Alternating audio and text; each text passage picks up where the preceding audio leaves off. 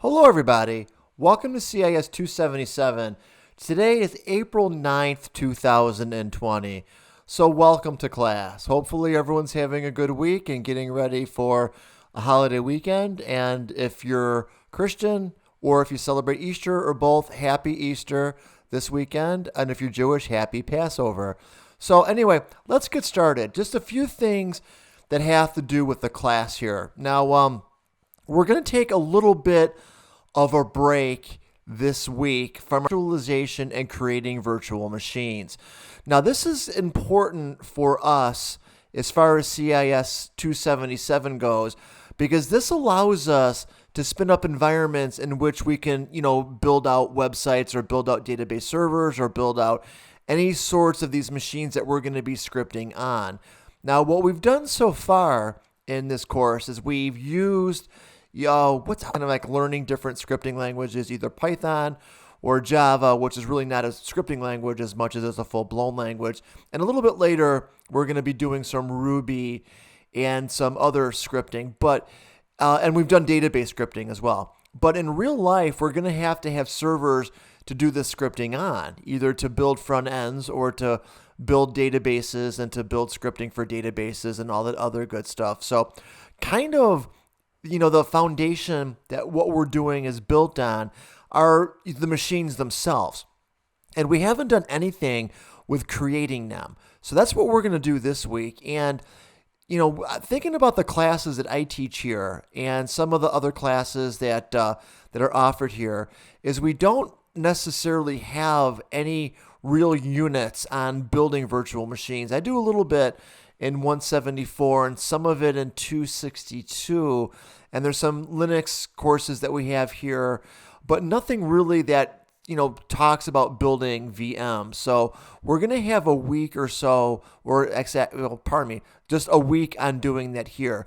So I'm going to introduce you to a infrastructure as a service company or an infrastructure as a service organization called DigitalOcean. Now, what DigitalOcean is it's kind of, and I say this kind of in jest, it's kind of a poor man's or a poor woman's, if you will, Amazon Web Services or Azure or Google Web Services, where it's kind of pared down, where DigitalOcean really is just for spinning up virtual servers, especially Linux servers. It doesn't do anything with Windows servers. If you wanted to spin up, say that 10 times fast. If you wanted to spin up like a Windows 10 virtual machine, you really can't do that on DigitalOcean, but you can do things such as spin up virtual servers, especially if you're spinning up Linux virtual servers.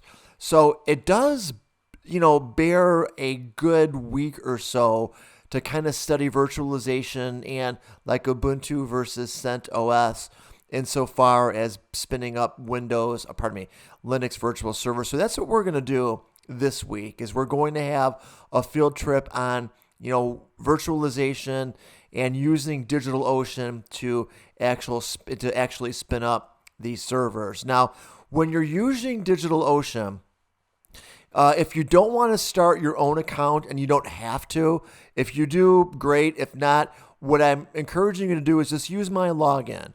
Now, this is going to kind of be a little bit touch and go. I really don't mind you using my login because the servers that you would spin up if you log in as me or use my account in DigitalOcean are really just pennies. So I really don't mind you doing that. However, if you are going to use my login, you're going to get probably an email or something, a challenge, because it's not going to probably recognize your IP address, and it'll say sending a confirmation code to you to go further with this. So what'll happen at that point is I'll get a notification, and at that point I'm assuming it's you logging in. So I guess what I'm saying is if you're going to be using my account, which is just fine with me, give me a little bit of a heads up when you do it. I mean, it might only be maybe even a half an hour's notice or even a few minutes to say, I'm going to be logged in as you. That way, what I can do is I can respond to you and say, hey, here is the, the code to actually, to start spinning up your virtual server. So there's going to be a little bit of a hoop. It sounds complicated, but it's really not going to be. So when you are going to do your labs, just let me know, and I will send you the the login. Pardon me. It's going to challenge you like with a passcode, and we can get that out of the way. So anyway, that's what we're going to do this week. So if there's any questions, please reach out to me. I'm easily accessible. We can do things via email, or we can have a Zoom meeting, or whatever you need to get your lab completed. So thank you for your time, and I bid you all a very well rest of the day. Thank you.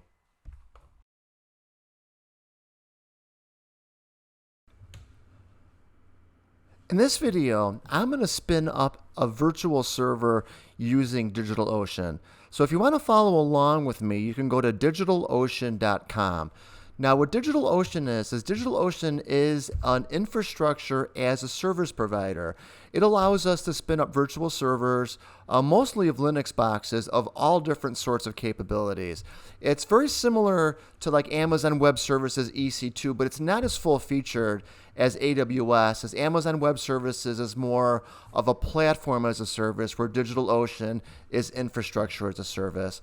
So I'm logged on to my user ID, which is Bob Hendry. So I'm not going to show you the actual login, but I've logged into my account. Let me show you the things that you can do in DigitalOcean. First of all, most things that you do within DigitalOcean, you're going to do within a project. So I'm just going to create a project here called My New Scripting Project. You can call it anything that you want. And what I'm going to do is I'm going to just spin up a simple CentOS Linux box. Then you're going to see the steps in doing so. It really only takes a few minutes. If I didn't have to do it so slowly and deliberately, I probably can get it up and going really just in a couple minutes or so. But I'm just going to go through the verbose steps and actually doing it. And while I'm doing so, I'm going to give you a short guided tour of DigitalOcean. Now, I like DigitalOcean because it's very simple, it's easy to use, and you can spin up virtual servers quickly and easily and cheaply. You have all sorts of different price points that you can spin up servers. You can start with small price points of like as little as $5 a month. And of course, you can go up from there. So now when you spin up a virtual server, they're called droplets. So a droplet is basically a DigitalOcean virtual server, but there's other things that you can do in DigitalOcean as well. So if you want to, you can go on your left-hand side and you could look at all sorts of things that you could manage in DigitalOcean, such as databases, spaces, volumes, networking, and images. Databases are also a really good buy on DigitalOcean, where you can spin up services or databases such as MySQL fairly inexpensively. So to create that, you could create a droplet, which we're going to do. Droplet is a virtual server. Databases, volumes, clusters, domains. You could do things such as firewalls, floating IPs, load balancers, all that other good stuff. So as you can see, it's really not a platform as a service such as Amazon Web Services, but it's a really decent, better than average infrastructure as a service. So let me create a droplet, which is a virtual server. Now here are the different options that we have. We can do the distribution. For example, Ubuntu. We can do FreeBSD, Fedora, Debian, or CentOS. I use CentOS or CentOS, depending on your accent. And also you could look at things that you could buy, such as the marketplace, where you could buy different images and different products that you can put on or you can install on your virtual server. We're not going to do that here. We're just going to go over the steps in spinning up a virtual server. So I'm going to go back to distributions, and I'm going to pick CentOS or CentOS. So I'm going to choose a plan. Now, to do that, it just shows you, DigitalOcean shows you kind of the commercial plans starting at $40 a month. But we're going to click on Starter after we click our operating system, which is going to be CentOS, and we're going to be doing 6.9, 64-bit. You can choose other versions as well. And for the plan, I'm going to choose Standard. And if you look at some of the commercial plans here, we're not going to choose those, right? We can, but we're going to choose a more academic sort of a plan. But if you want, you could click on General Service, Standard. You could click on CPU Optimize and Memory Optimize. But the small print here, you're going to see a link that shows or says Show All Plans. Now, that's for us. So we're going to choose a really inexpensive server to spin up. We got a 1 gig of CPU, we got 25 gigs of disk, and we got a fairly slow transfer speed here. Now this isn't going to be good for really large loads, so we're not going to be able to install a lot on here. But if you're just checking this out, this is a good place to start. Also, you get to choose your data center region. So if you're choosing like an edge server, you want to choose one close to you. So we're going to choose New York, United States, and you can, like I mentioned, choose one that's closer to you. Now for authentication, we can do SSH keys, which is probably what you may want to do for production servers. But for our case, we're just going to say a one-time password. We're going to keep it easy peasy, nice and easy here. So we're not going to do more secure authentication. You can play with that a little bit later. Let's just get it up and going for now. And again, a lot of you are rolling your eyes because you probably want to use SSH, but just to get things going, I'm assuming you've never done this before. You can always do that later. Now for a host name, I'm just going to put in Hendry, and I'll put in my test server. And I can't use underscores there. So let me go back and put a hyphen and put in Hendry test server. And then you could do things such as add tags for searching. We're going to skip that for now. And let me change my host name to Hendry test server development. So save this, so you're going to need to know it later. At that point, we're almost ready. So we can click on create droplet. At this point, what's going to happen is DigitalOcean is going to create, provision our server, and is going to send us an email that's going to be, act as a confirmation that the server's been created, and it's going to give us the admin password so we could log in as the root user, the root admin user. And you might want to write down your droplet name here. At this point, what we can do is we can wait for DigitalOcean to provision our server, and after our server's provision, we can log into it. And you also want to take this IP address and you want to write this down as well. So in this case, we got 142.93.3.17. So now what we're ready to do is we can log into our root user, we can log into our droplet, and we can log in as the root user. Now at this point, like I said, after you create your droplet, you're going to get an email that's going to tell you what your admin user is going to be. So at that point, what you would do is you would log on as your root user, make sure that your server is provisioned, and at that point, what you would do is most likely create additional users, like a regular user you would log on as. So I'm going to do that. I'm going to click on my droplet, but before I do that, if you click on the ellipsis here, you get to see all the things that you get to do on that droplet. Now, what we're going to do here is we're not going to destroy. Destroy would actually get rid of our instance. Is we can do the access console will allow us to log in via a website or via a web page. Now, in reality, you may want to download Putty, P-U-T-T-Y, to use to log into your virtual server, but you can do so here as well. So at this point, I'm going to log on as my root user. It's going to ask me what my login is going to be. I'm going to maximize this. I know it's a little bit small. What you can do is you can make your font a little bit larger if you want. Now, we're not going to be doing a whole bunch of stuff here, so we'll just use the small font for now.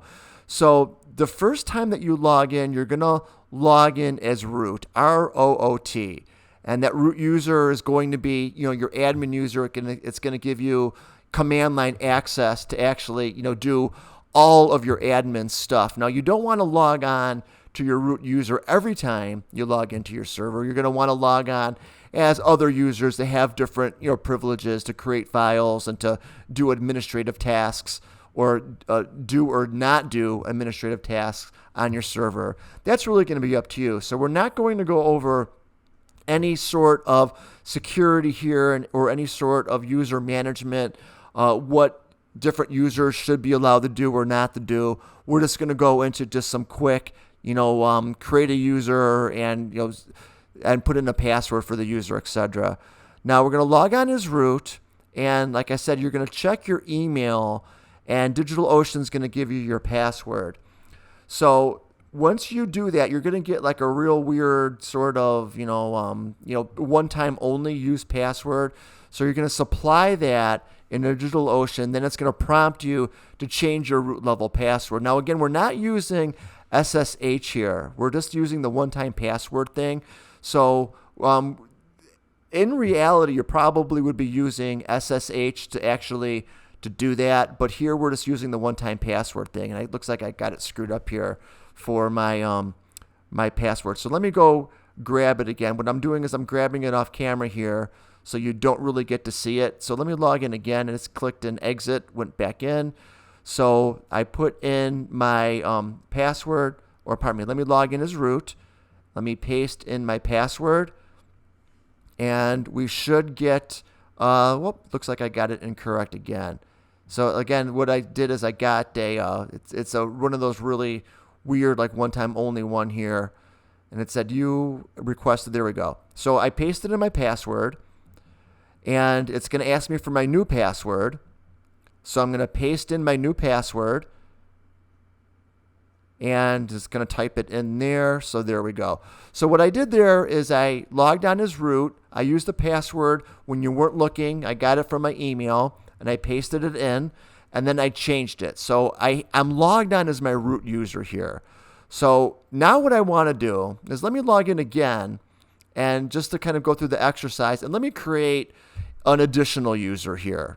Just like a regular user like me, like B. Hendry, that I could log in and do anything. Now remember, you only really want to log in as root. Even though you know your root password, that's the highest elevation you could get as far as administrative privileges go. So you only want to log on as root if you're doing admin stuff. Otherwise, you want to log in even yourself as a regular user. So let me go back and go into DigitalOcean again and go into my droplet and do that change. So again, I'm kind of playing around here, kind of getting in and out. So I don't want to add a domain. I want to access the console again. There we go. So let's pretend like we're just logging in for the second time. I mean, we logged in as root, we changed our password. So tomorrow we log in as root, we put in the password that we changed to 2, and then now we're logged in as our root user. So our first thing that we want to do is create a mortal user. Now, if you know Linux, you know the script and to do that. So we're going to go through the steps in creating a user and then creating a password for the user. Now, different users are going to have different capabilities. So if you don't know Linux and you don't know how to give user security different capabilities, I encourage you to learn how to do that. Again, this is kind of a beginner's video. The purpose of the video here is really just to spin up a virtual server in DigitalOcean, log into the virtual server as the root user, change the root password, and then create a user. That's really all that we're doing here. So let me create a user by choosing the user add method or the user add command. So right now what I did is I added a user called B. Hendry. Remember, I'm logged in as root. So at this point now, I need to change or need to select a password for B. Hendry. Now again, if you want to know more about adding users and password management on Linux systems, I encourage you to look that up. Here, we're just doing the happy path. So what I'm going to do here is I'm going to change or actually specify the password for B. Hendry, and I'm going to put in my new password. You can choose any one that you want. Then it's going to ask me to retype it. Remember, I'm logged in as root. I'm the admin user here. Not everyone can do this. So now I create B. Hendry. So now what you should do is you should, in addition to you have written down your root user name, which is root, and your password. Again, you should have that written down somewhere. Don't forget that. You're going to need that. You should write down, again, in a secure text file, your user ID, your mere mortal user ID, and your password. So now at this point, you have two users. You have your root user that would allow you to do all elevated tasks, such as install things, create users, anything that you would want an administrator to do, and then you have your regular user for B. Hendry. So at this point now, you could log on as either or. And obviously, as you go, you're going to be creating more users, and as you know more about user management, password management, SSH, you can expand your knowledge. Again, this is just happy path just to get you up and going. So let me log on, make sure this works as B. Hendry, and let me log on with my password, and I'm logged in. There you go. So now I have my virtual server up and running. My virtual server is working. I could log into it now going to DigitalOcean, and I could use the console to log into my virtual server. Or more realistically, at this point, you could download PuTTY or any other any other program that you could use to telnet into your server. Then you could log in via your machine name or your IP address. So there you have it.